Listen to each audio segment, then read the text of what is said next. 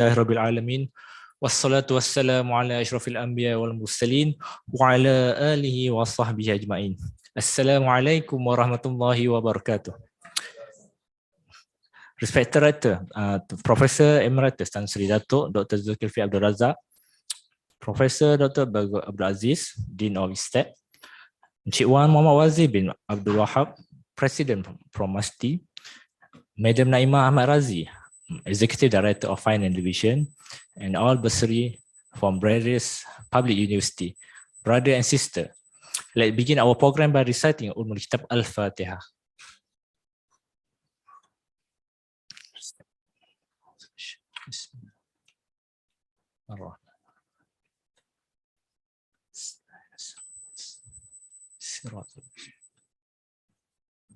Amin, amin, amin, ya Rabbal Alamin. Ladies and gentlemen, it is a great pleasure that we extend warm welcome to each and every one of you for joining us today. Today, our topic for value-based leadership session is financially sustainability of higher education institution. This event is brought to you by Finance Division in collaboration with the Majlis Bendahara Universiti Awam Malaysia. We are grateful to have all of you at ISTAC Kuala Lumpur, and we are also streaming this event live on YouTube and also Zoom webinar. It is heartening to witness an increasing number of participants joining us through this channel today. We sincerely appreciate your willingness to be part of this gathering. Now, without further ado, I would like to invite Tan Sri Rector to deliver his speech. Thank you. Yes.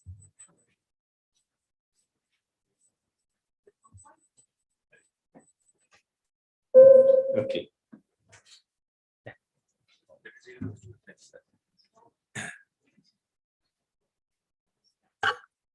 Bismillahirrahmanirrahim. Alhamdulillahirabbil alamin wassalatu wassalamu syafil anbiya mursalin sayyidina Muhammadin wa ala alihi wa sahbihi ajmain. La haula wala quwwata illa billah. Assalamualaikum warahmatullahi taala wabarakatuh. Saudara Hafiz, Tuan Haji Najib, Profesor Aziz, Puan Naimah, hadirin rakan-rakan yang dikasihi. Saya terlebih dahulu ingin melafazkan syukur dan berterima kasih di atas jemputan ini. I don't know whether this is a good idea. To listen to me at 2:30 after lunch is not a good time, and plus I am not an expert, less an expert. I'm not even inclined to anything financial. Naimah will tell you that I'm totally hopeless when it comes to money. I can only spend the money. After that, I don't know what else to do. Yeah. Oleh kerana saya dah diminta untuk memberi ceramah ini, I will try and give you a perspective of my own as a non-financial person, more so as a person who are more inclined to issues of sustainability, because the word sustainability is there, and how actually you can combine your knowledge on financial stuff and my knowledge on the softer part of this issue. Yeah, so I will take maybe about 45 minutes just to go through some of the ideas that I think it is important for us to consider on a bigger perspective, not on your P&L or your ledger or whatever it is. I don't understand all those, but on a bigger perspective of humanity, of our life, and coming ahead after the pandemic. And the pandemic, I think, teach at least me a lot more things that we need now to reconsider. Kalau dulu we do certain things a certain way, but now moving forward, I think that way may not be the best that we can think of, right? So ada clicker ataupun saya just can move around without. If I could use the mic, you have to use this mic. Boleh tak? I just stand here, put here. So then I can use this. Okay. These are the things that was given to me. Okay. And the three keywords that I want to capture there, one is values. Yeah? The other one is, of course, sustainability. And the last one is in the context of higher education. What is the context we are talking about? Because there are many ways of looking at sustainability and value. But here we are trying to talk about pengajian tinggi saja, not even education per se, but higher education as such, right? What are my credentials? These are what we have got from the university. We were recognized by United Nations University on Sustainable Development. Yeah, and we have won a couple of awards to make us credible lah. So tanya apa salah apa ni nak cakap tentang ni? These are the reasons why I think you should listen to me.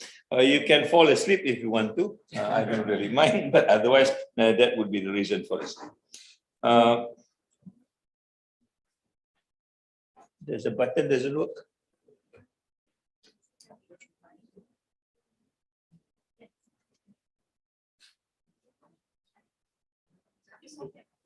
Oh, kena pakai ni. Kena pakai mouse eh.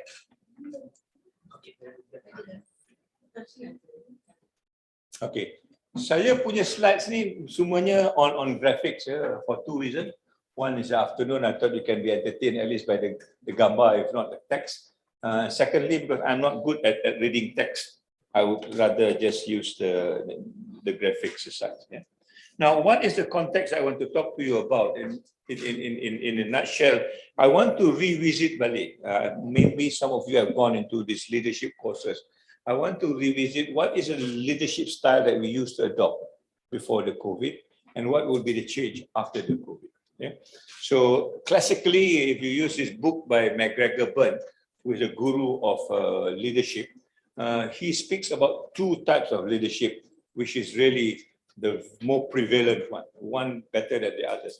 The first one is called the transactional leadership. Transaction ni macam berjual beli lah. This is a very good example for berdari. Yeah, I give you RM2, what can you give me? If you say I cannot give you anything, then they will not give you the RM2. Yeah. Kadang-kadang bagi RM2, kita bagi RM1 pun dia tak mahu juga. Dia nak bagi RM1, returnnya RM2.50. Dia untung 50%. That kind of a transaction. Now, that is the kind of leadership role that we normally come. So Naimah asked me to give a talk. Then I say, what is the return for me? They were you get lunch. I just had my lunch. Yeah. And then without the transaction, I say, sorry, Naimah, I have no time. Yeah. So things like that. This is the kind of leadership style that we have been adopting. Sama ada perasan atau tidak, right? As a rector, as a bendahari, memang itu negotiationnya lah. Yeah? And we have seen this working very well. To a certain extent, now it allows for corruption. That is one of the reasons why transactional leadership is no longer acceptable, right? So Naimah bagi saya RM2, yeah, but I give her things which is more than RM2, 2.6 billion misalnya, yeah, things like that. So nobody now can track this because of the internet and stuff like that. So this transactional leadership now becomes a suspect, particularly in many things that we do, right? And the context, I think, needs to be seen in that way. So it is now not adopted very well, and therefore this Burn introduced another form of leadership, which is called the transformational leadership. And what is a different transformational leadership is in the last few sentences. Dia mengatakan bahawa leaders and followers raise one another to a higher level of motivation and morality. Maknanya kita sudah adakan isu-isu tentang values. So I and Naimah now, he's hopefully the follower and I'm the leader, and we compete. Who among us can raise this level of morality? Dari segi ethics, kalau saya ethics saya begitu, Naimah punya ethics is better than mine. And we keep on competing with one another, so much so the question of ethics is not a problem. Because everybody now is very, very, conscious of what are the ethical values that we bring into the organization. And this is what I think the transformation yang dibawa oleh McGregor. But for the first time in so many years, the word ethics becomes important. And it is not a race of how much money you bring. It is a race how ethical you are, how moral you are. And certainly when things are ethical and moral, the money flows will also come at the same time in the right way. Okay? And this is a transformational leadership that we are now talking about, that would want to replace the transactional leadership. Does happen, but in the majority now, everybody try to do this transformational leadership that we compete.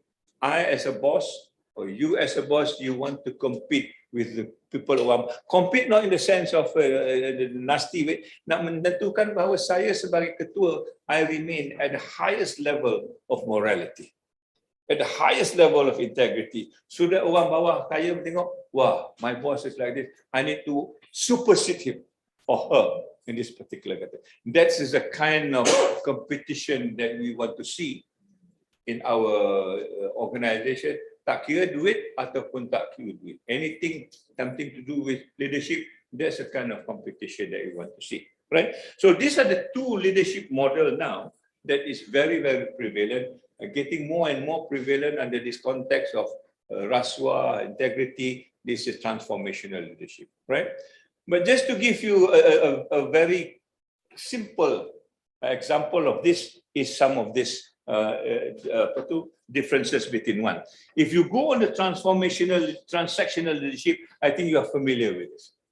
I, as a boss, I talk about my position. Saya rector, saya Tan Sri, saya Prof.Emeritus. Yeah, don't come and touch me.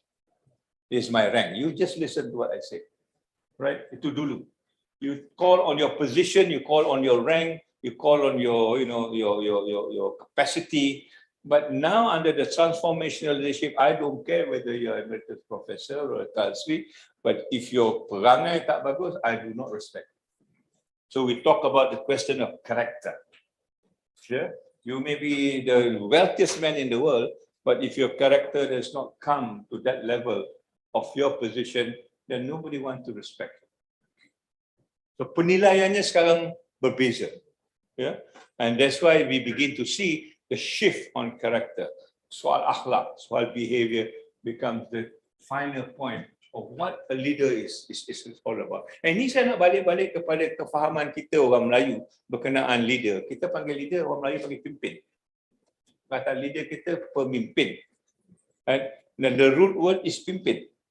What is pimpin? Pimpin is holding hands and walking together. Yeah. Kalau katakan leader, dia mesti ada di depan, orang semua di belakang. Dia jalan, kita ikut. Leader follow. But dalam pengatan Melayu, budayanya tidak begitu. Tak ada yang orang ikut. Masa kita pegang tangan, kita jalan sama-sama. Pemimpin. And that's why dalam Melayu, pemimpinnya is part and parcel of the community. He doesn't have to have a special position. He doesn't have to have a special name. He doesn't have to have a special seat. Ya, kalau pergi ke kampung itu, Tok Pengulunya duduk sama dengan kita je. Dia tidak ada kursi yang empuk yang lain pada orang lain. Ya, dan dia tidak pula di sekarang pengulu datang sila bangun. Tak pernah begitu. Dia bangun dan kita salam dia macam biasa kerana kita hormat dia, kerana sikapnya, fi'ilnya, perangainya, tingkah lakunya.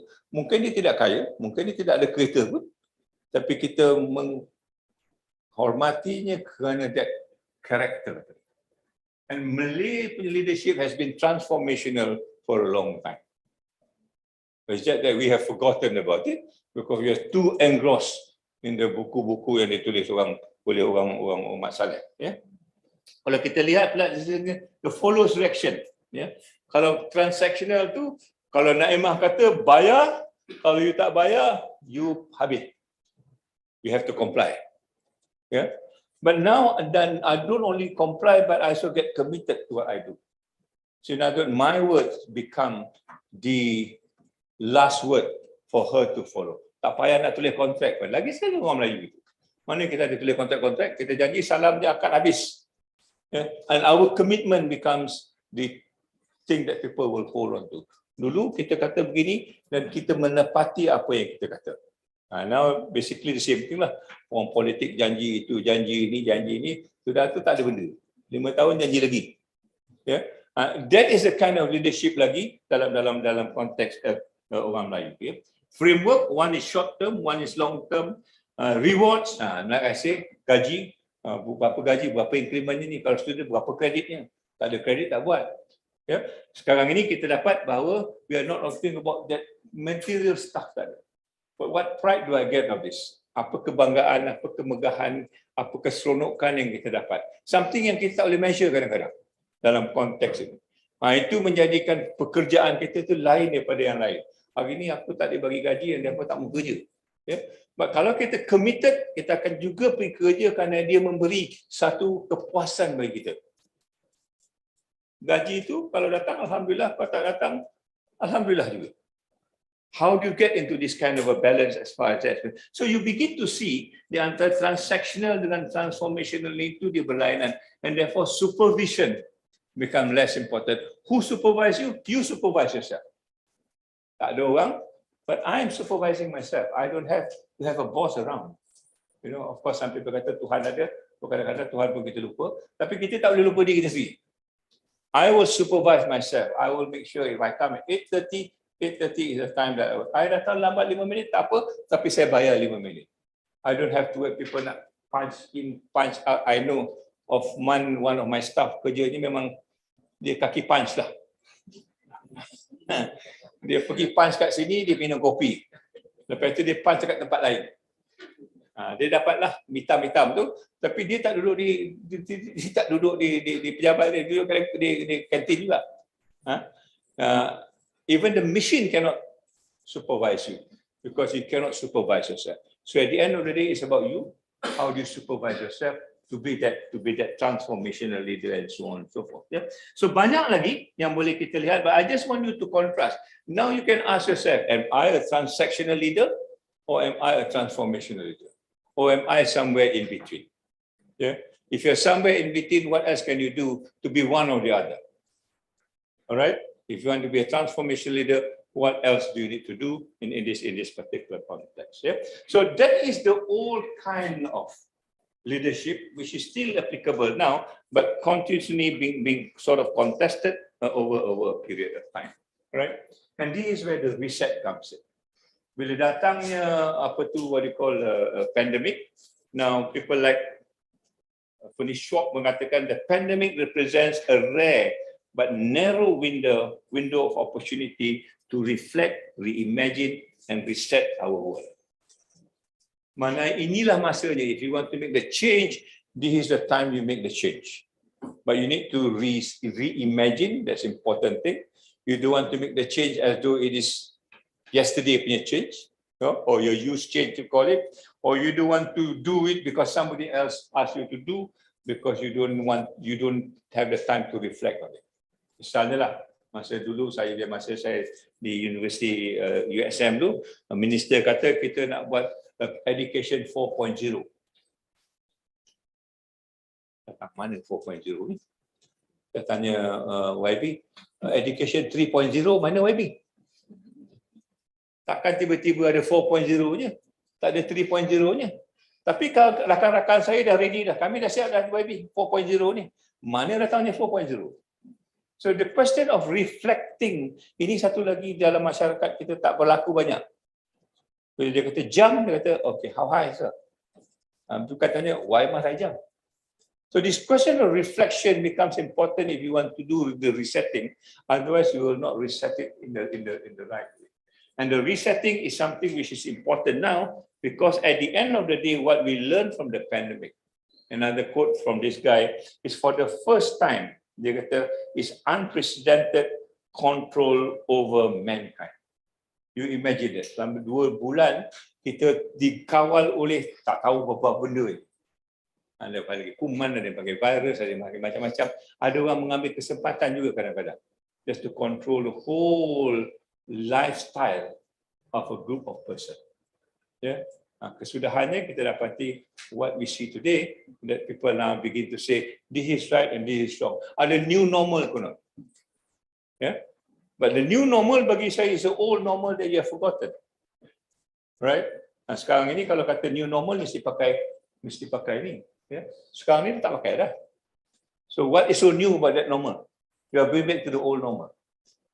Because the old normal does not work, this is why we're suffering from the pandemic. But the moment the old normal works, then you're okay.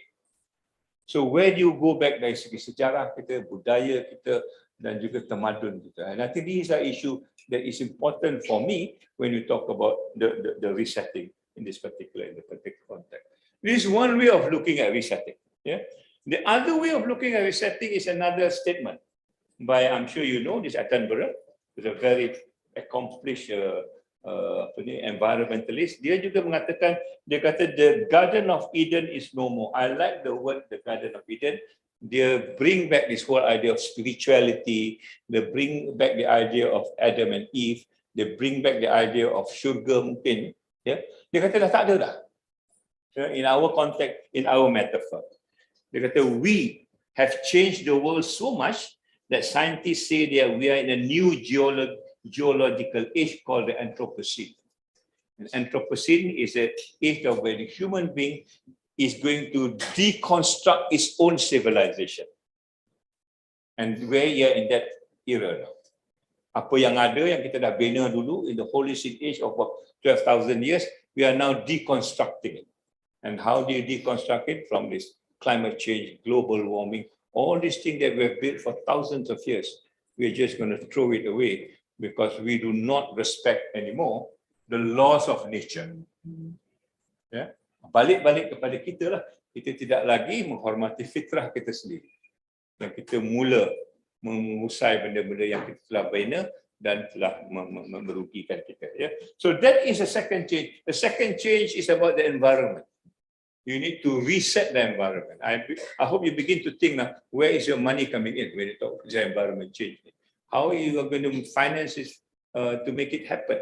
And these are issues now everybody is suffering, because it costs a lot of money to make this resetting. The third resetting is about the younger generation. I'm sure you know about this lady, Greta Thunberg. Yeah? Umur dia 18 tahun, pada tahun 2018, dia tak pernah pergi sekolah. Dia duduk depan parlimen di Switzerland, dia kata, I refuse to go to school because the school is no longer relevant to me. The school is not teaching what I need to know. The school is teaching the old stuff. Yeah? And there's create another body called Fridays for Future. Satu pertubuhan yang kesudahannya membawa anak-anak muda with the same thoughts process like she does. Yeah? There. Yeah? Dia kata, our house is on fire. Maknanya dunia ini dalam keadaan yang bergolak, yang sedang terbakar, dan kita terpaksa memadamkan api. You need to get the flame out as soon as possible. No time to wait. And dia bercakap di United Nations, they challenge all this orang-orang besar-besar. Dia kata, how dare you to tell me what to do when your world is not even managed? Itu macam orang macam saya terasa lah. Yeah, I'm teaching my younger generation, but my world is not managed. Yeah, I have spoiled the earth, I've destroyed the earth because of the kind of education I give them. And now I'm telling them what to do. And dia kata, how dare you? Ini dia orang yang nak reset. Tapi dekat Malaysia orang nak reset dia tak banyak. Banyak dia orang mengangguk je. Ya, sebab tu kita punya resetting ni kadang-kadang lambat. Dah terbakar baru nak reset. Dah hangus baru nak reset. Itu Malaysia punya tragedi. Kalau selagi tak ada mati orang, dia tak reset. Ada mati baru nak reset. But I think it's too late. And we need to learn from this. There are millions of people now, tak masuk orang muda, orang tua pun sekali sama dengan dia, because the future is no longer dependable. Yeah? What's happening tomorrow, nobody can predict. And this is again another issue that we want to know. Therefore, what do we want to talk about now? We want to talk about what will be the resetting as far as leadership is concerned, given the post-pandemic as compared to the pre-pandemic. Pre-pandemic tadi kita tengok. So now let's push the green button, and the green button will give you another way of looking what leadership would look like after the pandemic, the kind of resetting that we talked about. Yeah? So kita mengatakan bahawa the yang saya letak resetting with the heart tu maknanya is I call transformation with the soul. Apa yang tidak ada dalam leadership dulu, seperti mana katakan Burn tu, the morality part, the soul part, the value part, the spiritual part tidak ada. So we want to put this back in the context of the post-pandemic, and that's what it is. Yeah. So bila kita mengatakan bahawa for the source of power becomes kita punya commitment, alright, and kita punya altruism, maknanya kita punya fitrah menjadi pendorong kita. What we want to do, because we need to survive in this world as a human person. And until you know what is your human person is all about, then you will not be able to shape your world. So your commitment and your altruism becomes the most important thing that push you forward. Ini dah tidak kena-mena dengan orang lain. Kita dengan diri kita sendiri. Sometimes orang tak mau buat tak apa, because I am committed and I believe in this, I will do it alone. Just like this girl, Greta Thunberg. Suddenly, dia mencelitkan mata orang and suddenly you get the followers to some point. You don't need 30, 40 orang. Sometimes you just take one person to make the whole thing happen. Yeah? Reaction is compassion. Maknanya belas kasihan. Ya, kita melihat sesuatu itu dan kita sendiri terdorong. Macam kita tengok orang mengemis lah. Ya? Kita tak tanya makcik datang daripada Myanmar ke, umur berapa makcik, anak berapa, anak RM10 makcik. Ya? Kita tengok je, kita rasa, kita raba ada RM10 bagi, ada RM3 bagi, ada 10 sen pun bagi juga. Kerana kita terpanggil. There's a cost. There's a commitment that you need to do. And I think organization needs this kind of commitment. That you don't debate anymore whether you need or not. You know they need it. And therefore you just plonk into it because it's part of your commitment. It's part of our amanah, if I will choose. Saya nak pakai kata Arab ni tak berapa lagi sangat. But that's I think part of it lah. Yeah? Amanah kita untuk menentukan. And it is no longer long term, it is lifelong. Ini pengorbanan kita, perjuangan kita, selagi dia tidak selesai, itu yang akan kita kerjakan. Yeah. It's a lifelong thing. Once you're committed to it, it becomes your struggle until you accomplished it. Bukan kata hari ni dah umur dah 70 tahun ni, kita tengoklah orang yang umurnya lanjut pada kita masih bekerja. Yeah. Mana kita ada kesempatan untuk diam goyang kaki, there's no room for that. And until we have completed a lifelong thing, and there's no quick fix. Maknanya tak boleh nak nak diperbaiki begitu saja. It has to be a long-term commitment. The whole system needs to be looked at, and that's what the resetting is all about. Yeah. What is the reward? The reward is you feel humble. Kita dapat membantu, kita dapat memberi sedikit, ya, dengan ilmu yang ada kepada kita, merasa humble, kita merasa rendah diri, dan merendah diri itu adalah salah satu daripada ciri kepemimpinan.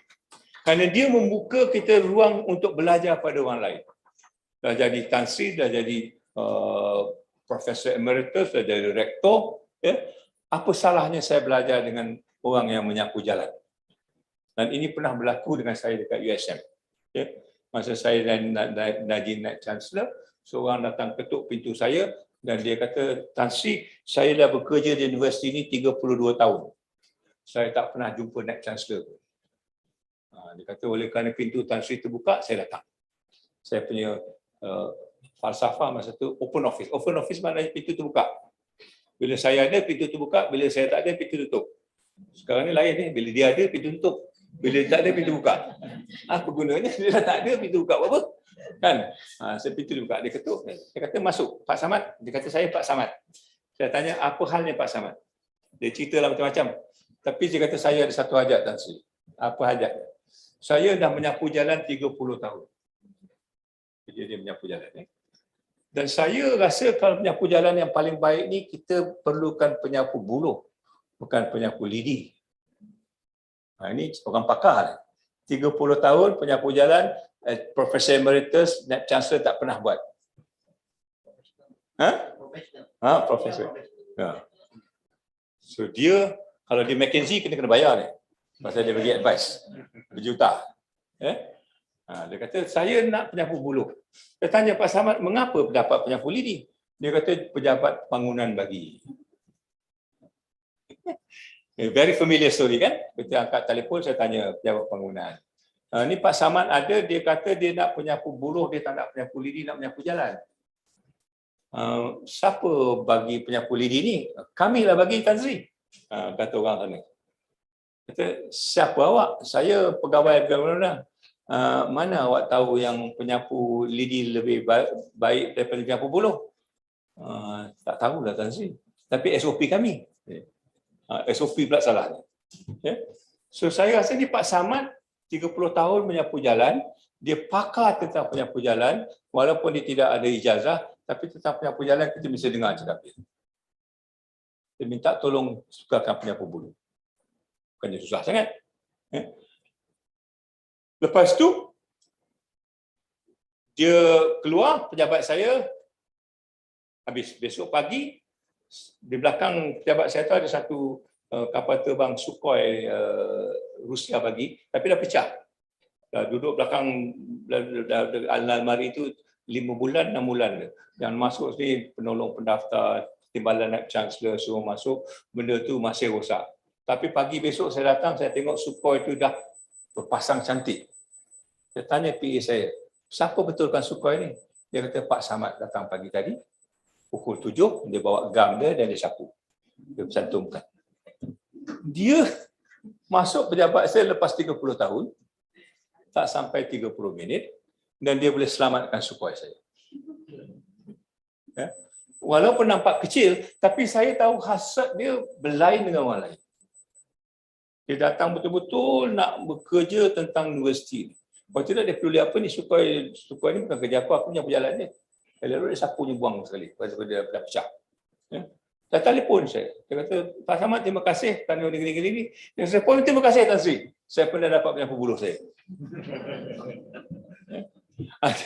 Maknanya, the moment you become humble ni masalah lah. The moment you think you're humble, you're no longer humble.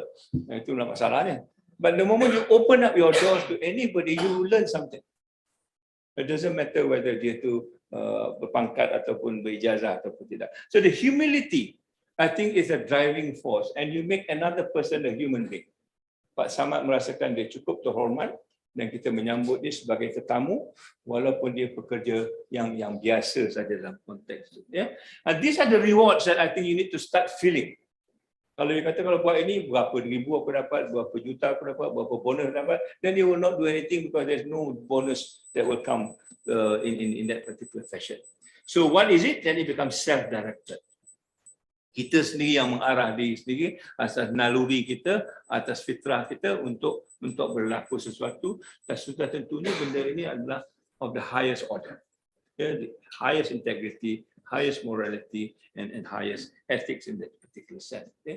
So apa dia punya development is very holistic, alright. It also take care of the risk, and I will talk to you about a little bit more of the thing. So you can see now the transference, from what is just transformational, but the transformational with the soul, tentang benda-benda yang selalunya kita tidak boleh ukur dan tidak boleh sukar. I know in financial terms you always want these numbers, but not everything has numbers, and it has no numbers doesn't mean that it is not important, right? So I just want to contrast balik. Kalau you want to talk about transactional itu, just a summary. We talk about the structures. The structures the employee follow, kadang-kadang dia ikut bukan kerana dia nak ikut, tapi dia terpaksa ikut under this transactional thing. Alright? So you must know how to see whether dia ni betul-betul nak buat ataupun saja kerana nak buat. Kalau tak ada buat, dia kena hukum ke, hukum pangkat ke, macam-macam. They need to see that. Structures. The structures is very hierarchical. Kalau kerja di universiti, ini satu pantang belarang yang besar. I think Profesor Murad akan setuju. Bos dengan orang bawah tu dia tak boleh jurang macam di PTD. Kadang-kadang nak jumpa bos bukan susah lagi pasal the jurang ni tangga nak naik tu tak sampai. And to be honest with you, Malaysia is the worst example of what we call power distance.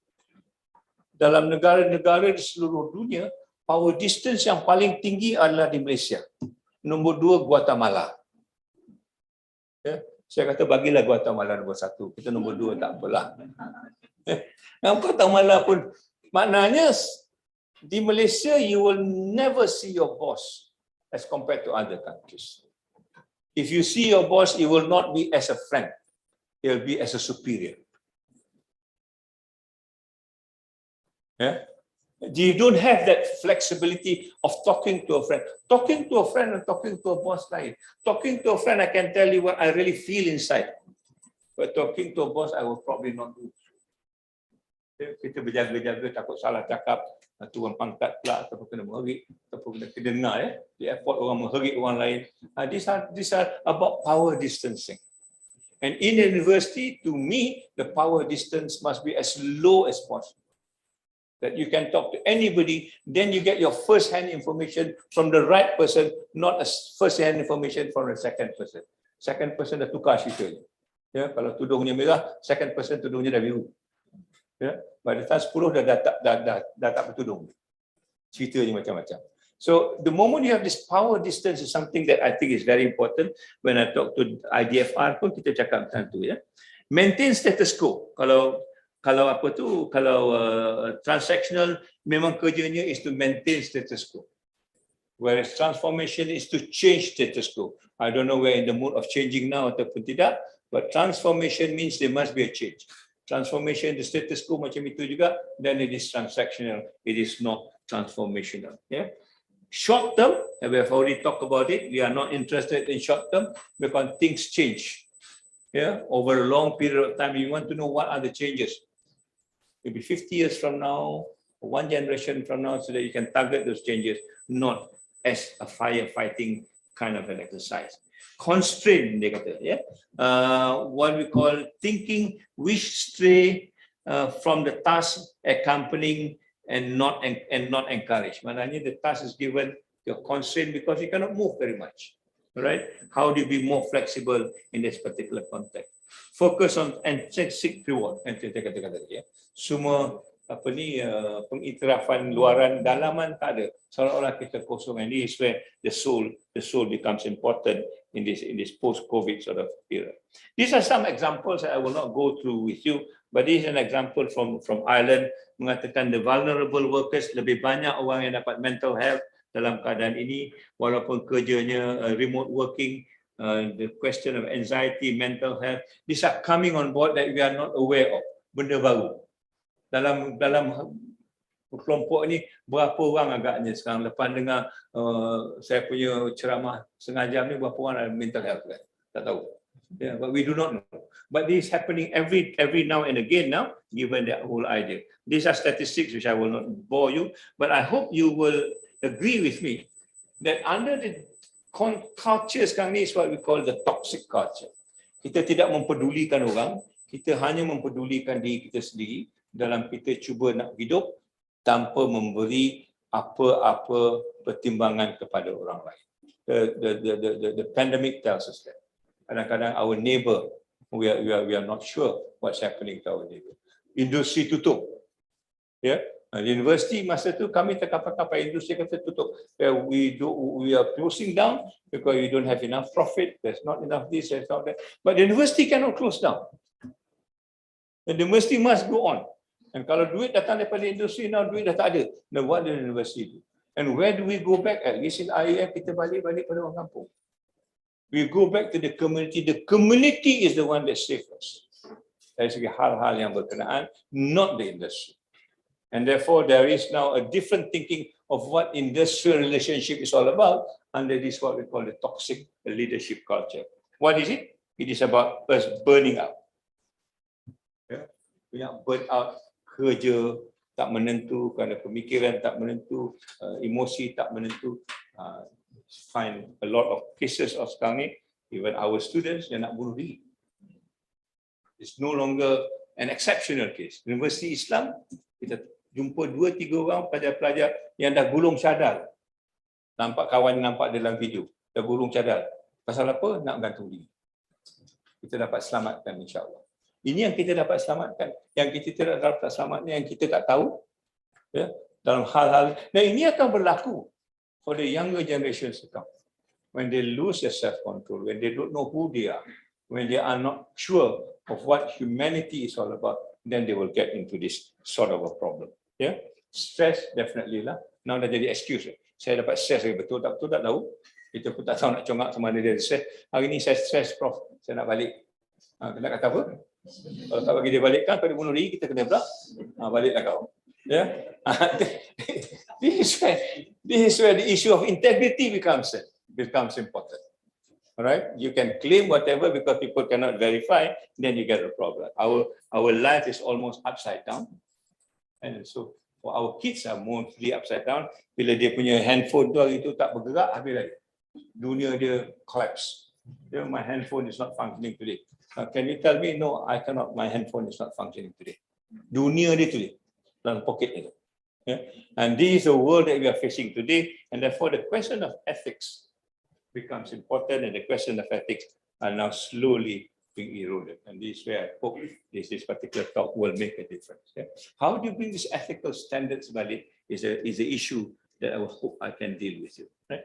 So when you talk about this culture, di Kuala Lumpur, di university, kita selalu mengamalkan corporate culture. We are not a corporate body. Tapi kita cukup senang mengambil corporate culture. Ada komunikasi korporat dulu. We are not a corporate body, and therefore the corporate culture is alien to us. But because we have been instructed to do this, then therefore we adopt this corporate culture. What is corporate culture? In my simple terms, is that corporate culture is people talk about profit first. Back to transactional leadership. Fulus. How much you can bring in. It becomes an economic incentive rather than just a humanitarian incentive. We talk about greed is good. There's some people say you must have this greed negative motivation to get more profit. Amat haluba ni. Satu motivasi untuk mendapat lagi banyak laba ataupun keuntungan. So dia memupuk greed ni. Some people say greed is good. Without greed, you will not get your profit, or you get very little profit. And we begin to see this, assimilate this in our lifestyle. Cash is king. Kita pernah dengar lah, and power is sanity. These are some of the things that we read about when we talk about corporate culture. But of course, there are many good things, but these are the downside that we must be very, very clear about when we talk about this corporate culture, to what extent you want to take it, right? And therefore, this is what we call the toxic culture, yang kesudahannya will bring this whole idea of mental health. To sustain benda-benda ini dalam keadaan yang ada sekarang will not be easy, because we have lost one very important word, compassion. As I katakan, the driving force for the post-pandemic is compassion. We don't have that anymore. That compassion now is replaced by a new word, which is called human capital. I don't know how many of you has read this human capital. Ini satu teori. It's just not a jargon. It's not just a terminology. It's not just a nomenclature.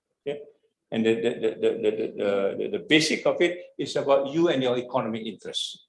So Naimah kata, Tan Sri bagi ceramah hari ini, saya akan tanya berapa bayarnya Naimah. RM300 Tan Sri ikut keliling. Saya Profesor, Emeritus, Rektor, Tan Sri, takkan RM300. RM300 bagi gaji bagus lah. Saya tak ada masa. Because it's my economic interest. That is what human, and this is what been translated in our schools and our students now. Bersuruh kerja, ini bukan KPI saya Tan Sri. Kalau pelajar-pelajar ambil kursus ni, berapa kreditnya? These are all the whole idea of this human capital. Yang kita bertanya apa yang kita nak dapat, bukan apa yang kita boleh beri pada orang. And the whole compassion now pun sudah menjadi industri. Orang ada macam-macam apa ni, what you call,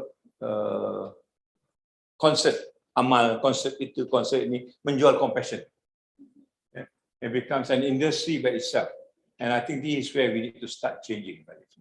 When you talk about the transformational change dari itu, we want to say the power is that compassion. The fitrah kita itu is our driving force. And we want to go back to this whole idea of being human, not human capital. Human capital is not being human. Human capital is being that part of you that wants to have this greed and stuff like that. How do you be human, and how do you be that transformational human yang mempunyai apa tu, daya belas kasihan pada orang lain dalam konteks ini. And therefore wisdom is king. Hikmah menjadi satu perkara yang penting. Where do you get this hikmah if it's not because of the barakah and the wisdom that you bring with it? And all this, I think, is part and parcel of the learning, where you put human being first. Sorry, I got this wrong, Prof. Aziz, but I think there's a hadith that says the best of you is the people who give to other people.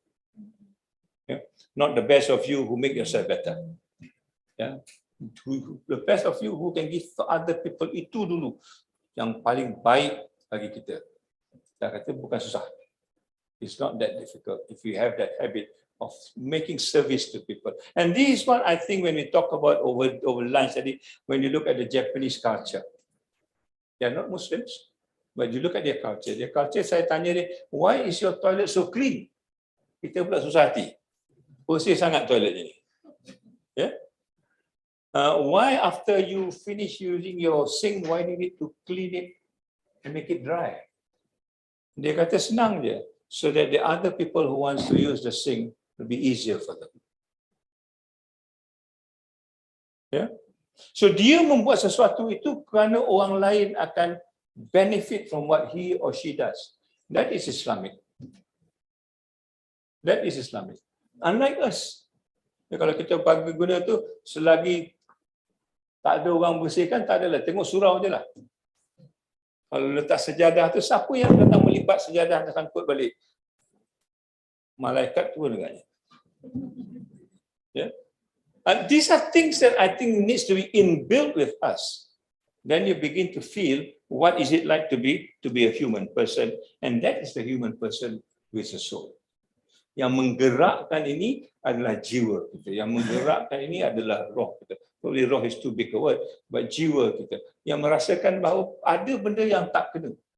Bila saya jalan sini, saya tengok ini tak kena, saya betulkan. Saya tak payah nak tunggu saya bos, Naimah tolong minta orang tu betulkan. If I can do it, I do it. Why do I need other people to do it for me?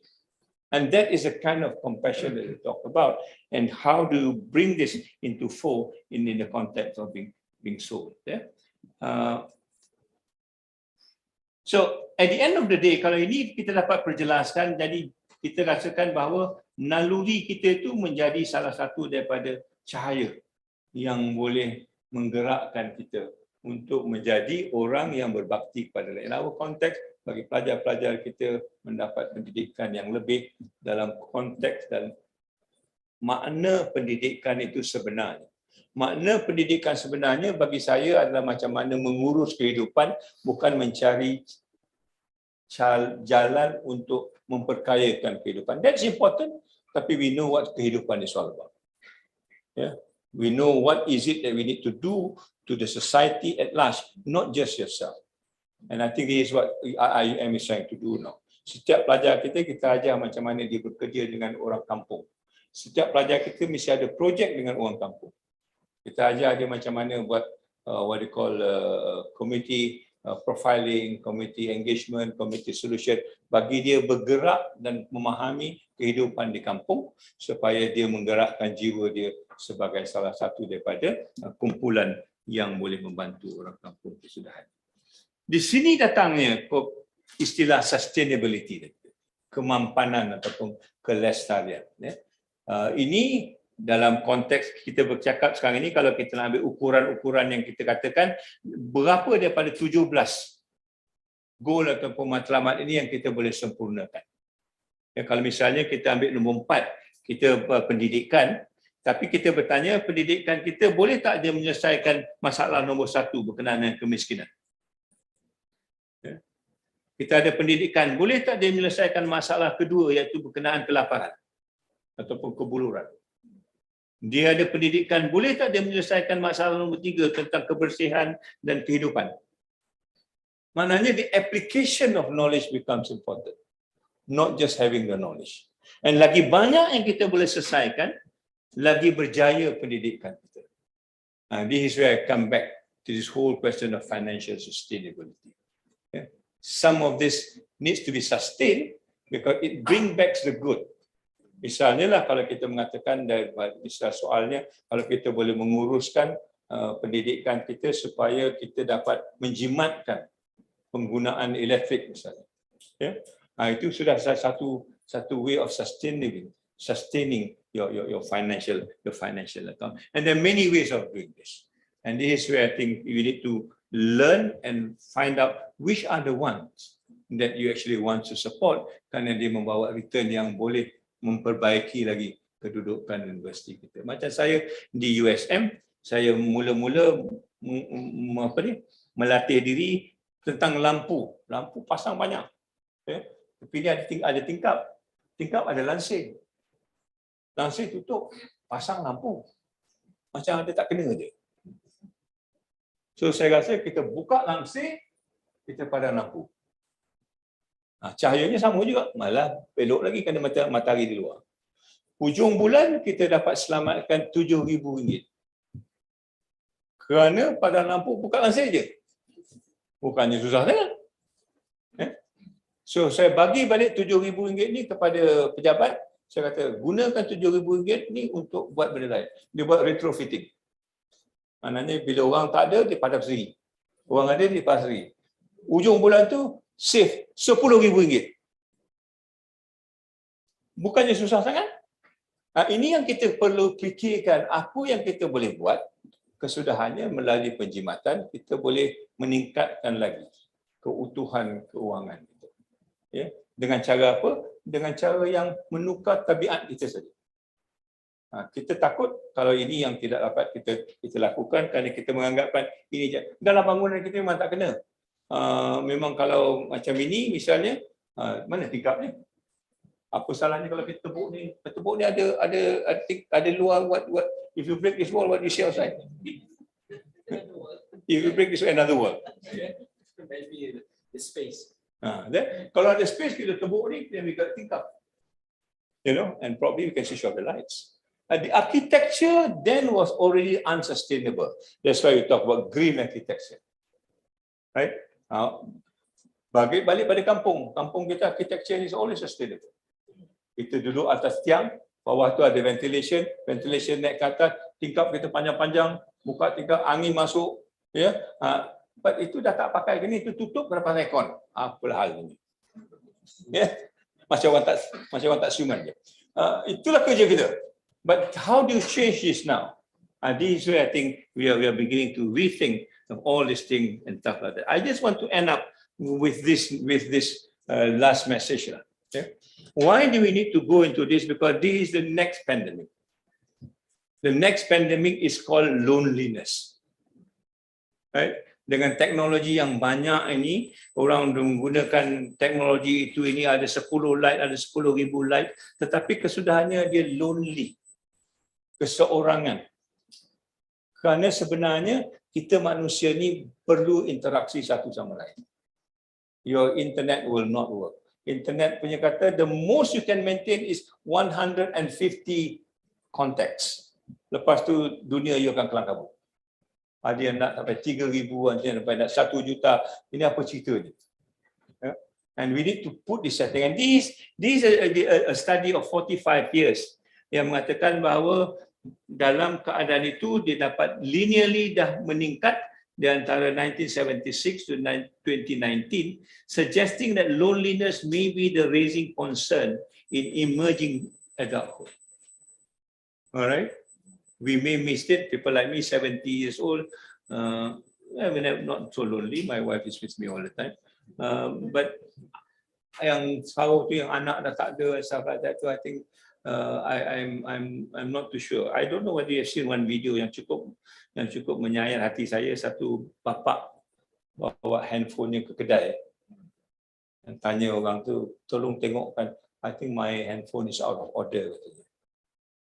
So orang tu tengok, oh, your handphone is okay, you can still use it. Dia tanya, then why my child is not calling me?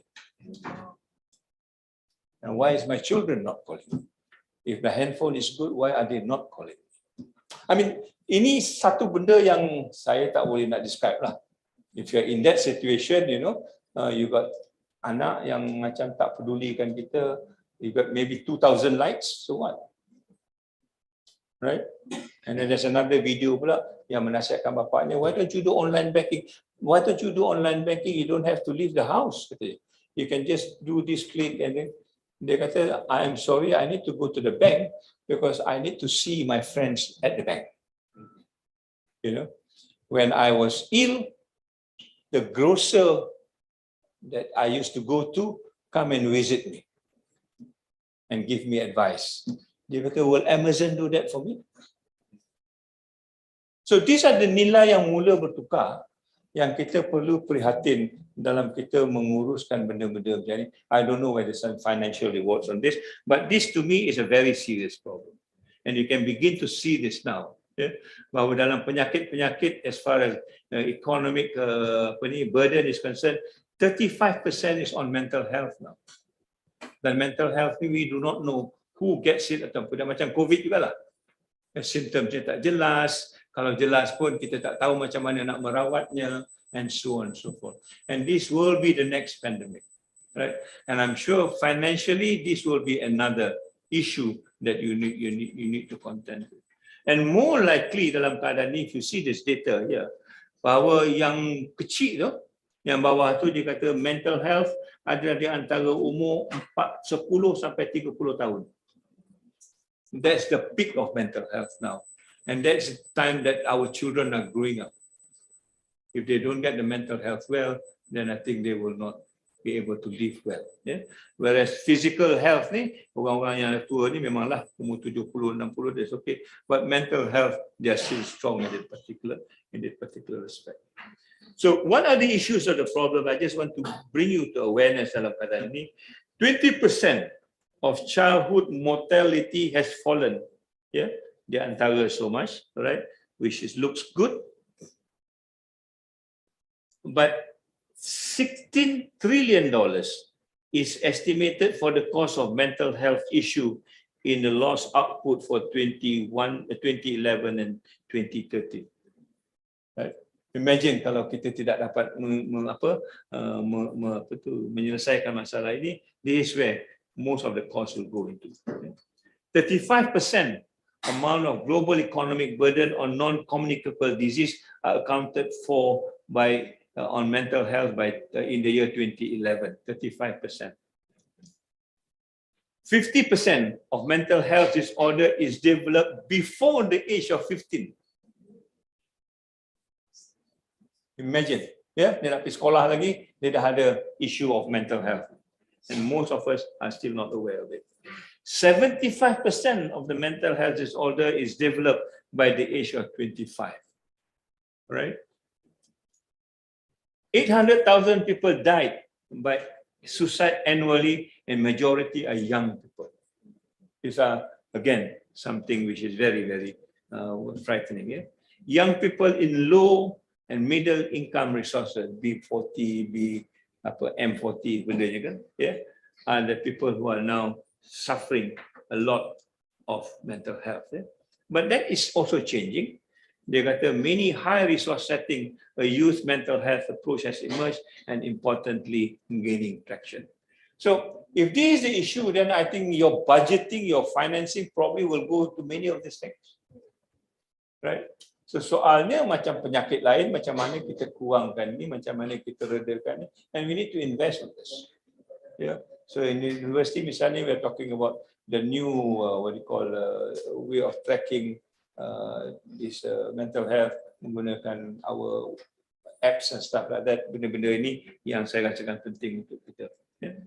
So the impact finally dalam keadaan ini will be discrimination. When we talk about mental health, we begin to discriminate people, khususnya orang-orang yang tak ada keupayaan, and how do you stop this discrimination, right? And you can only stop this discrimination by, again, investing in the right way. And how do you invest it? You are investing, bagi saya lah, going back to that, the kind of transformation leadership that you're going to bring. That leadership with a soul, which at the end of the day will bring as much of this problem into reality, and kesudahannya kita dapat nanti membangunkan satu lagi cara hidup. Yeah. And this is a new lifestyle now yang mengatakan all life matters. Maknanya dalam Islam, macam di UIA kita mengatakan rahmatan lil alamin. Kita tak pilih-pilih dah. Okay? Bukan saja untuk orang Islam, tetapi orang bukan Islam, bukan saja untuk manusia, juga untuk haiwan, untuk alam sekitar. All this needs to be looked at in a global setting. Kalau kita hanya membela satu dan tidak yang lain, dia akan memusnahkan. Remember the Anthropocene that I talked to you about. Okay? It will not come into full circle. Yeah? And therefore the stories, and balik-balik kepada cerita-cerita lama, This is where the culture becomes important. Kalau kita bercerita dengan nenek kita ataupun datuk kita, macam mana dia membuat hidupnya pada ketika itu anak 10, gaji kurang, tapi anaknya semua jadi manusia. Kita anak 1, gaji banyak, belum tahu jadi manusia. What sort of values is these people use? If you use the religious lagi pula, the religious punya notion of how we actually bring out, all this has something to do with the intangibles, not just the tangibles. Right? And voices matters, in other words, keprihatinan orang. Orang bercakap ni, saya katakan cerita Pak Samad tadi. Those voices are important. Bukan voices menteri-menteri je, orang besar-besar ni. Orang bawah ni, sometimes their voices are more relevant because they are on the ground. And we have no time for them. Because we are so inundated with the other things that is costing our life. So humanities matters. Kemanusiaan itu adalah perkara yang penting. I like just to quote this Gandhi ni kata, the greatness of humanity is not being human but being humane. Kita manusia tapi kita tidak berkemanusiaan ataupun tidak berperi kemanusiaan. Dan ini kita lihat contoh banyak dalam keadaan pandemik, bahawa orang manusia tapi dalam keadaan bila dia tersepit, dia tidak langsung memberi tempat pada orang lain untuk dibantu dan sebagainya. Alright, I think I'm going to stop here. Maybe we can have some question and answers. But my final ending with you is the world is moving in that direction. 2021 ada Geneva Charter of Wellbeing. Charter of Wellbeing ni kesudahannya kita nak membangunkan masyarakat sejahtera, a well-being society. That is the final aim, at least on the material world, if not the spiritual side. Creating sustainable well-being societies committed to achieving equitable health now and for the future generation without breaching ecological limits. How do you bring this notion of well-being into your planning as far as finances is concerned? Yeah.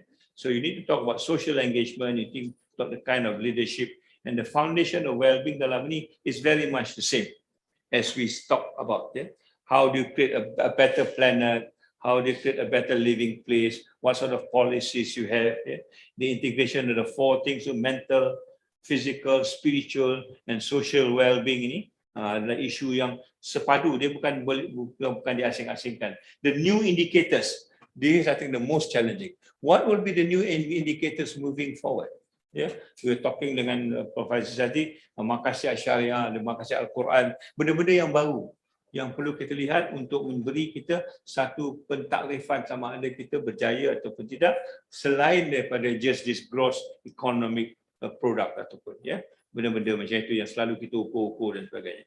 Dan ianya ada kena-mena dengan empowerment, memberi kebebasan untuk orang bertindak, memperbaiki keadaannya sendiri supaya dia mendapat makna yang lebih dalam konteks ini.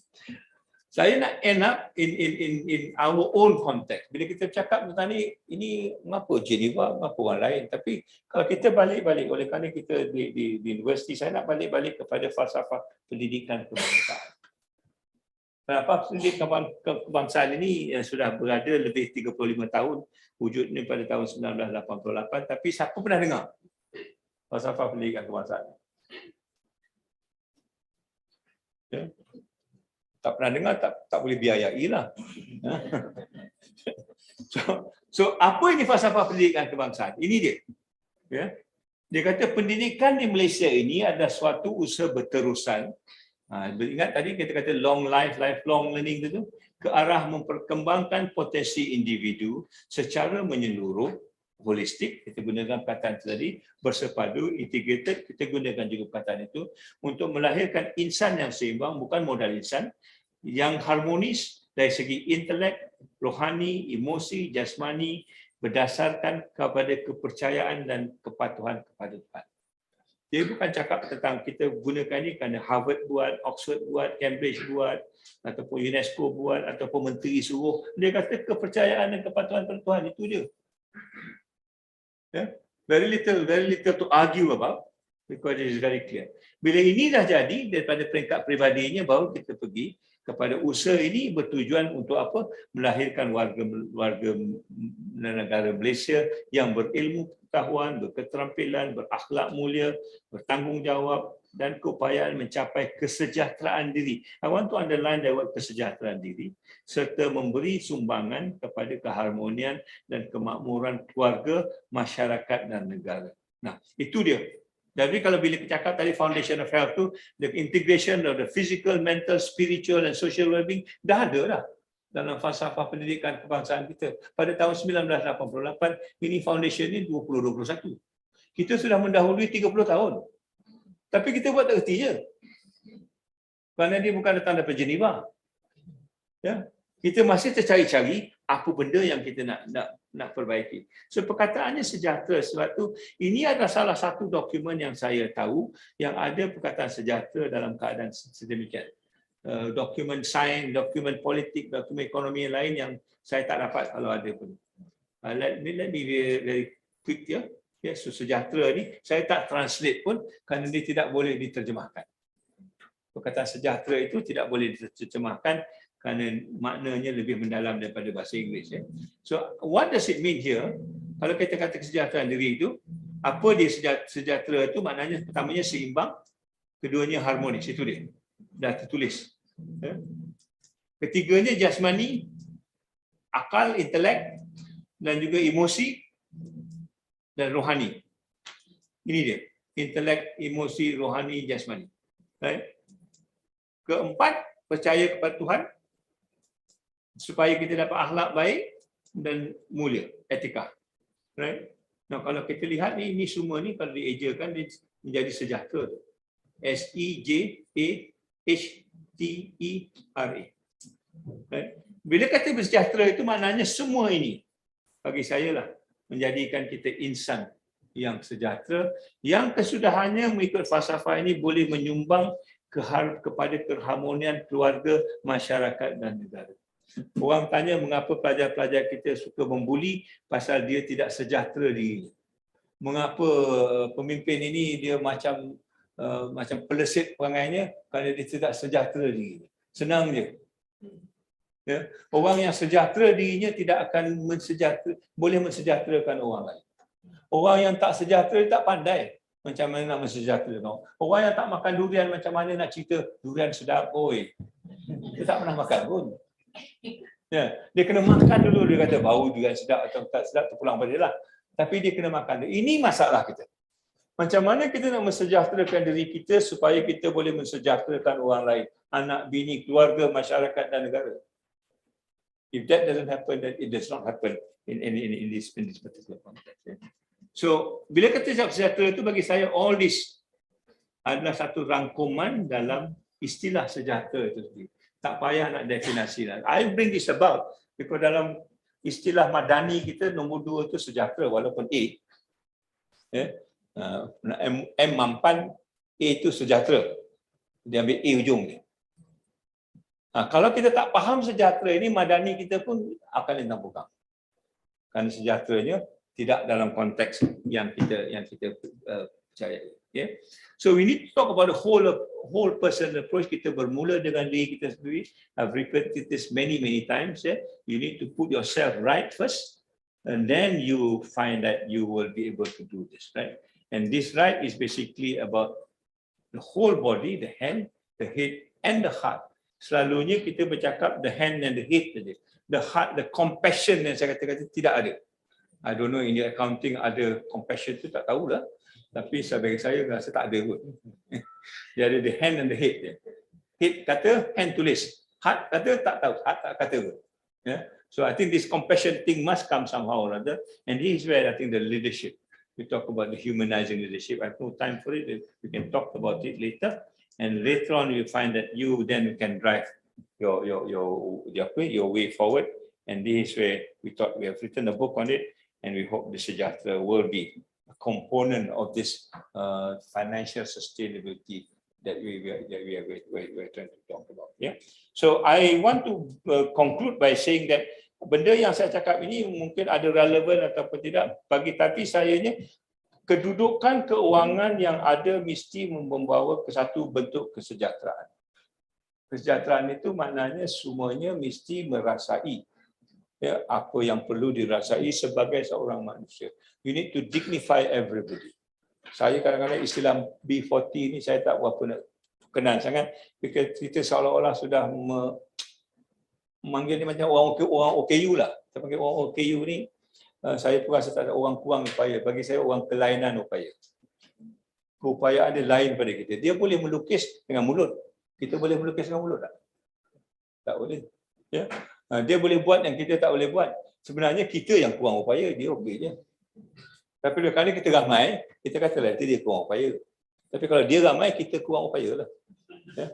So this is a kind of labeling yang kesudahannya kita meletakkan diri kita pada satu tahap yang kita merasakan diri kita itu terlampau apa nak gunakan rendah ataupun apa benda je lah.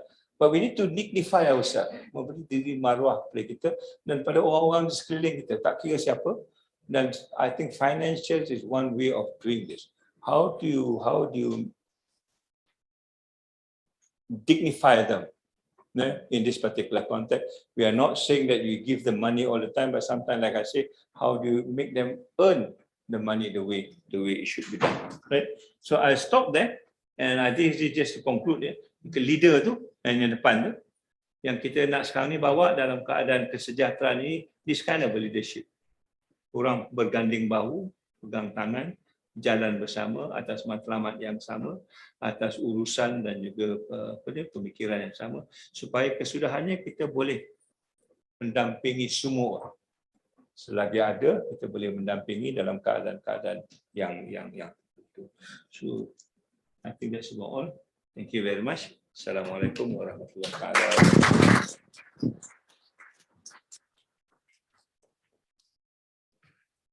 Thank you, Tan Sri, for sharing brilliant idea and leadership style to become the sustainability. Okay. For the next session, we have the ISTAC-IIUM as a co-host for coordinate the MBOA meeting. So we would like to give a souvenir to all MBOA meeting, to MBOA representative. Okay, sorry. They have a Q&A session. Kalau ada nak if tanya, boleh jawab. Tak, boleh jawab.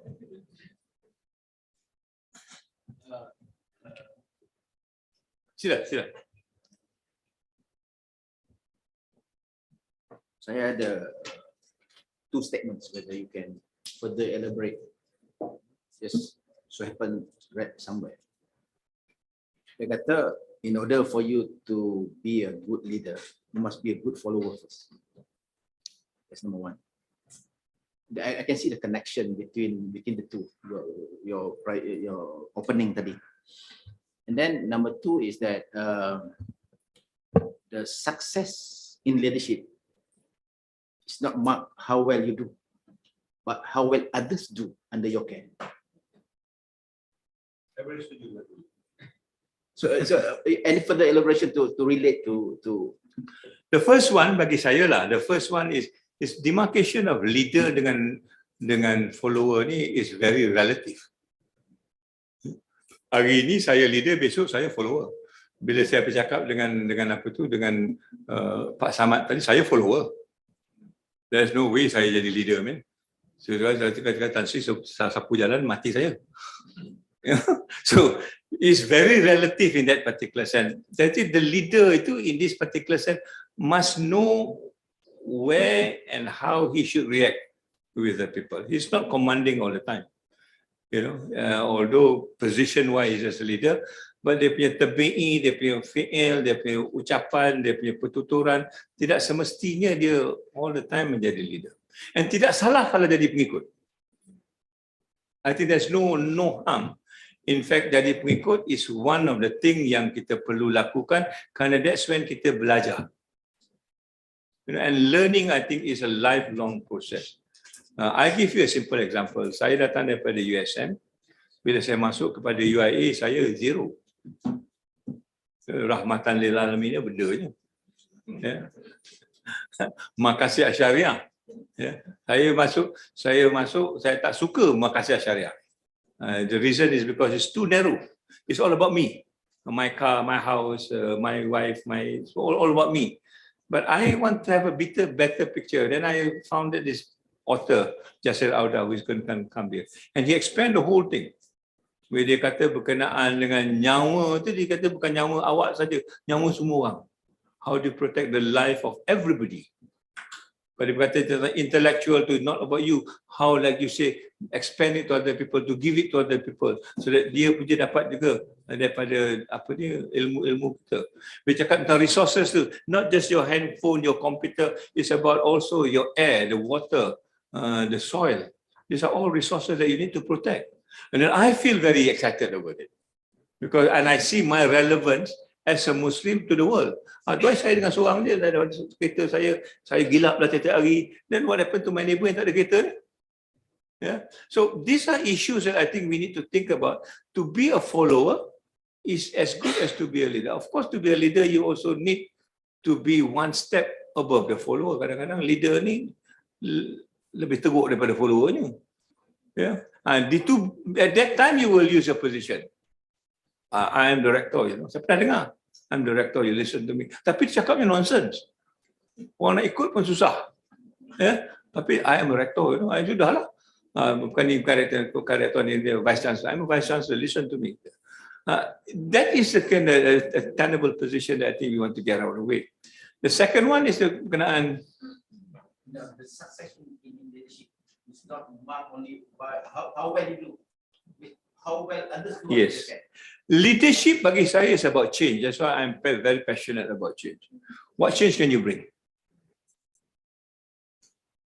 If you are a leader and you don't bring any change, bagi saya you are not a good leader. Maybe you fail to be a leader.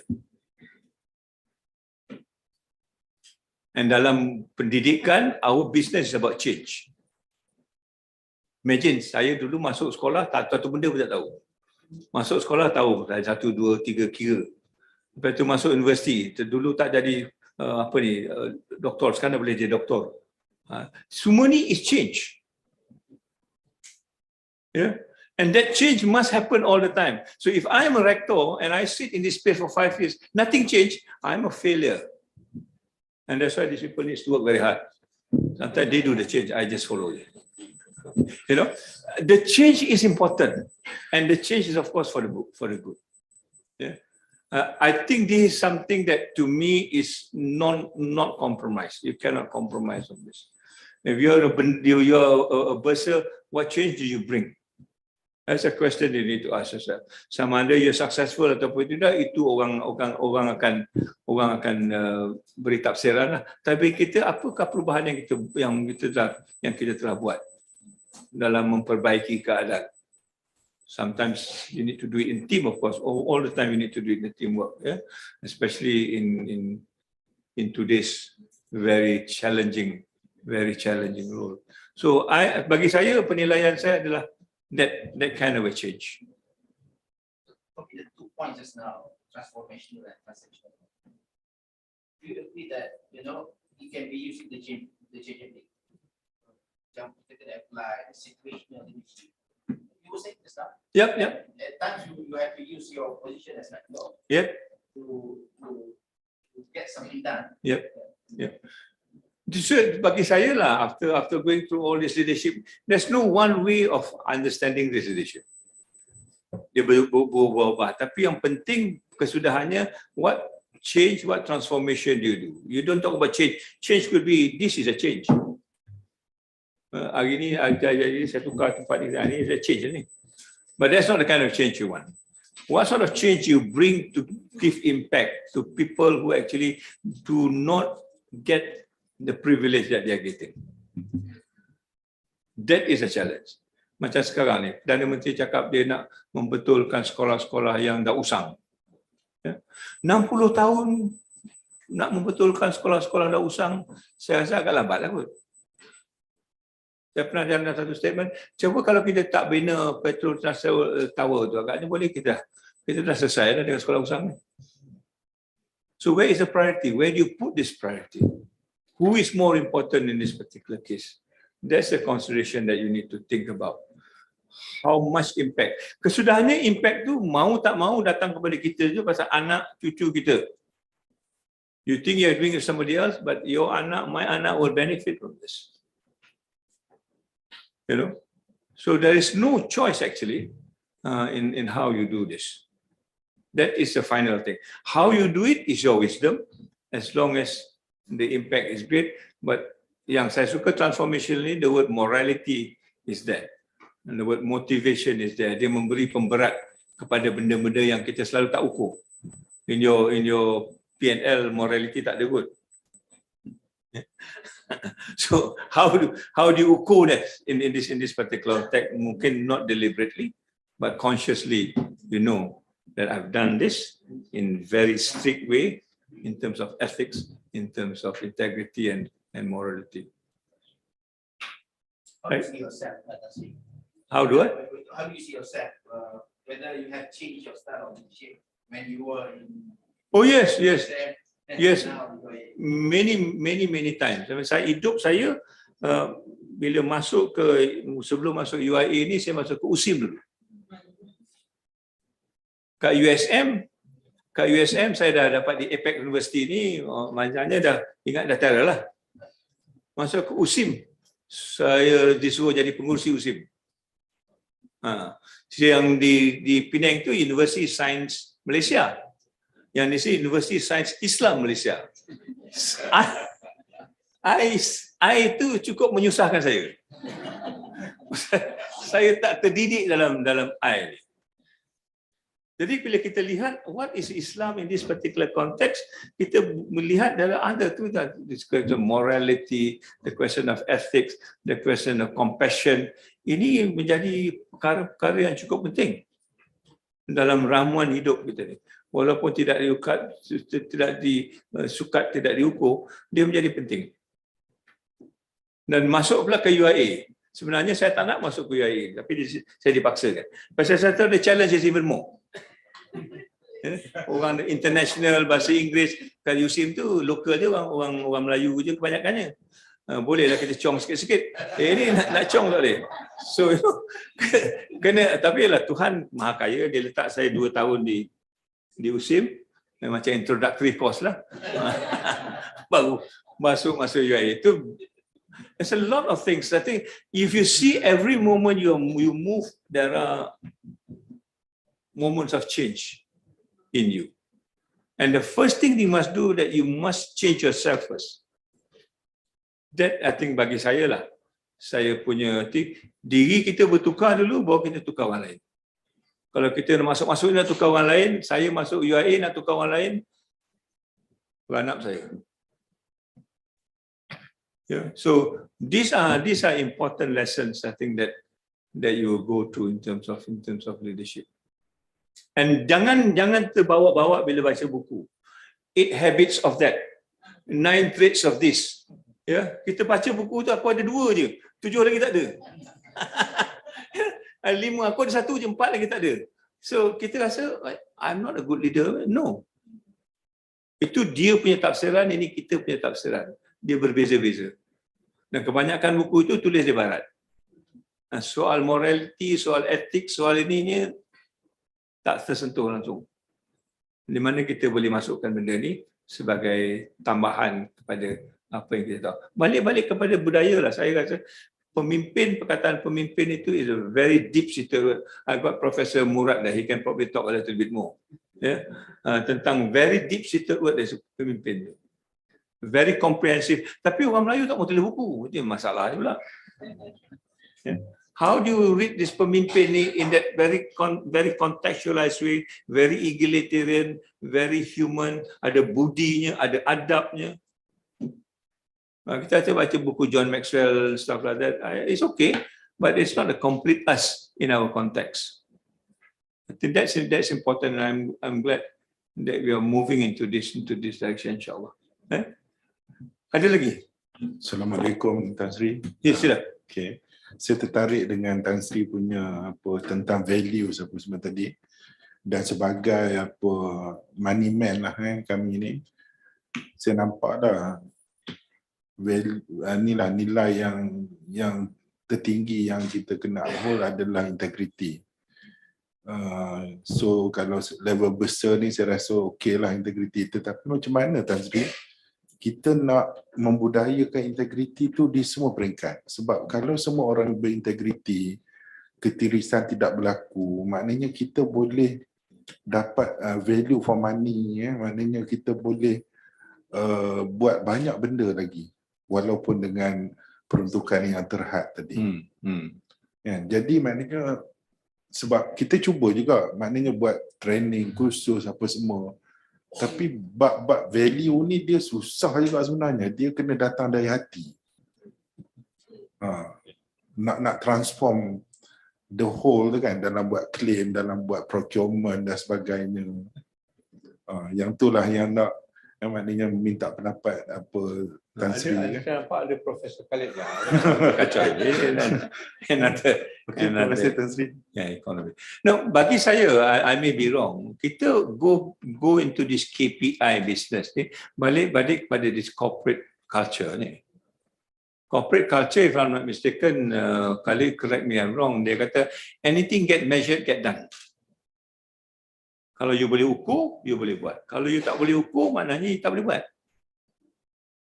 So, bila kita bercakap tentang benda-benda yang tak boleh ukur, akidah, etika, moral, benda-benda yang tak boleh ukur ni, tak payahlah. You know? Whereas dalam budaya kita, ukur ni bukan menjadi satu angka, tapi menjadi satu akhlak bagi saya. Saya punya KPI is macam mana saya berinteraksi dengan orang. Macam mana saya buat presentation saya. Itu saya punya ukuran. Tengok, ni lah rupanya ni bawa ni, Rector, UIA ni, aku pun boleh. That kind of thing. Tapi kata, wah bagus ni, lain daripada yang lain ni. Itu ukuran dia. Jadi kita bukan nakkan nombor, tapi kita nakkan satu, perasaan yang kita sudah memberi terbaik. You can see from the presentation whether this guy has put his effort into this ataupun malam tadi baru nak buat ini, besok lagi nak cakap. You can see. And that is the kind of ukuran that I will find satisfaction that I've done my best. Tapi kalau dia tak suka, tak apa jugalah. But I've done my best. Ya Allah, dah sudah sempurna kerja aku. You know? But ini tak ada dah. Dia mesti ada kalau bagus, berapa nombornya. Kalau 99 tak cukup, mesti 100. Macam kami selalu diminta ukur tentang what you call kebolehpasaran. UIA bila dia ukur boleh kepasaran dia ikut betul. Kalau engineer kerjanya engineer, kalau doktor kerjanya doktor, kalau engineer kerjanya driver Grab, dia bukan kerja, buang kerja. Jadi kita ukur-ukur, kita dapat kita punya 73% je. Universiti lain dapat 90%. Dah KSU dah panggil saya. Mengapa universiti yang ini dapat 90%, mengapa UIA 73% je? Jadi kita katalah kita mengikut ni, tapi yang lain tu kerja Grab, kerja juga. Ada pula satu lagi, kalau dia tak kerja, dia melalui kursus. Dia ada kursus dia 3 minggu, dia tu kira dah bersedia untuk kerja. Dia naik angkanya 90%. Saya tengok, tukarlah sikit. Siapa yang kursus juga dapatlah 88%. Happy lah KSU. Jadi saya membohongi diri sendiri. Ini soal yang bagi saya penting. Sebagai ketua, apa yang kita nak bawa ke tengah? Kalau nak menyeronokkan orang, nak mempopularkan diri saya bagi 100%, berapa bagi 98%, halang-halang 2% je, bagilah lagi 2. Kan? Tapi this is what the leadership must take on. To me, we must be true to ourselves dari segi apa yang kita nak laporkan. Karenanya kesudahannya memberi impak kepada keputusan yang kita nak buat. Kalau kita kata, kita punya kebolehpasaran 100% saja, kita apa tukar apa dah? Biarlah. Itu dia mula merosot. Tapi kita tengok kita kurang, kita tambah dan dia akan menyempurnakan lagi kerja kita. So this whole idea of measurement ini, I think is a management concept that may not be applicable to education. And how do you bring this back? And this is one of the other work that we are trying to look at. How do you bring this question of intangible measurement? Okay? Alright, I think cukup lah kot. Okay. So, terima kasih banyak. Maaf kalau ada apa-apa salah. Dan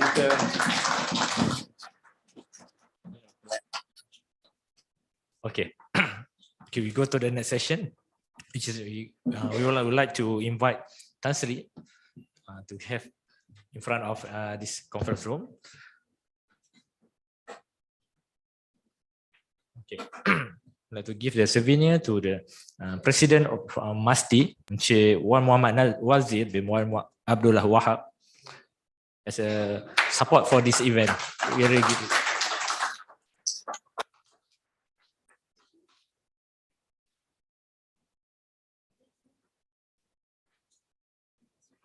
terima kasih. Oh, alhamdulillah. Ini makuk siar dalam ni kan ada. Okay. The next we would like to invite Tuan Haji Muhammad Najib from UPSI.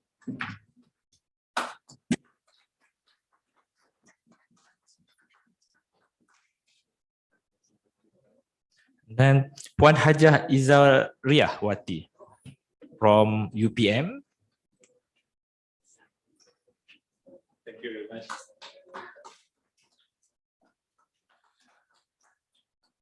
Okay, I would like to invite Encik Abdul Roni bin Baharul from UUM.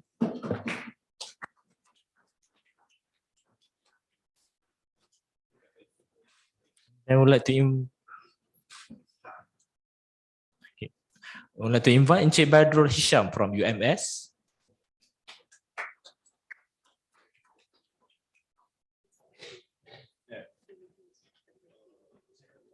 I'm going to UMS.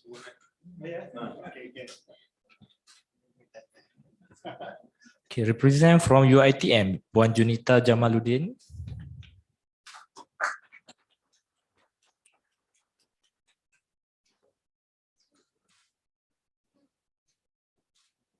Represent from UMT, Puan Salwati Muhammad.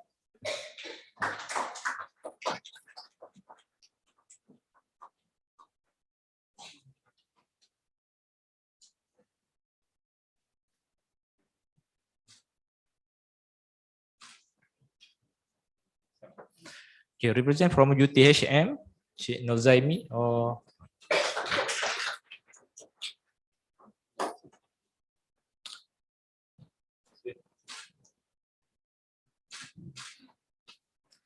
represent from UTM, Puan Sabarina binti Abdullah.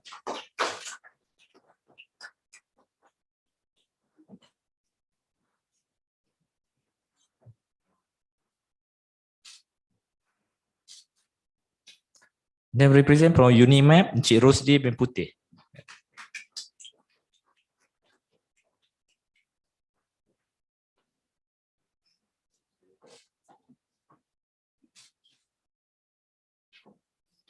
Then from Uniza, Encik Suhaili bin Muhammad.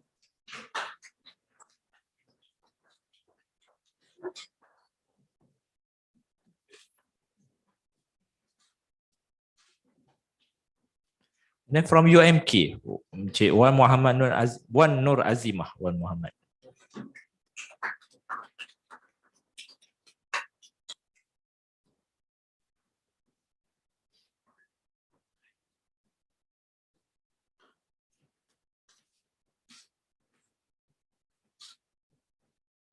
And then from UPNM, Encik Muhammad Hairi bin Muhammad Yusof.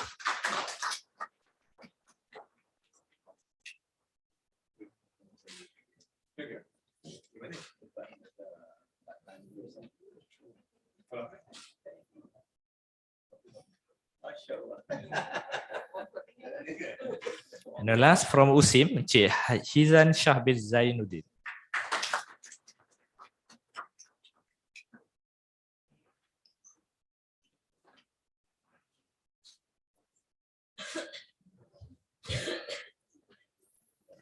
Okay, we'd like to invite Tan Sri to hold on stage, and then we'd like to invite Tuan Haji Muhammad Najib to give the represent from MBOA. No. This is a token from MBOA meeting.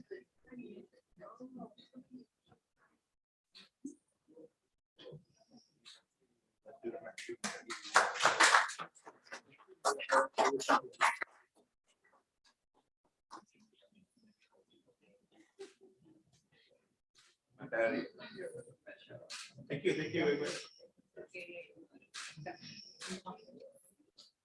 Okay. Okay, that's all. Thanks. So give a class today. Okay. So we like to end our session by today with the Umul Kitab Tasbih Kifara dan Surah Al-As. Subhanallah. Okay. Assalamualaikum warahmatullahi wabarakatuh. Thank you.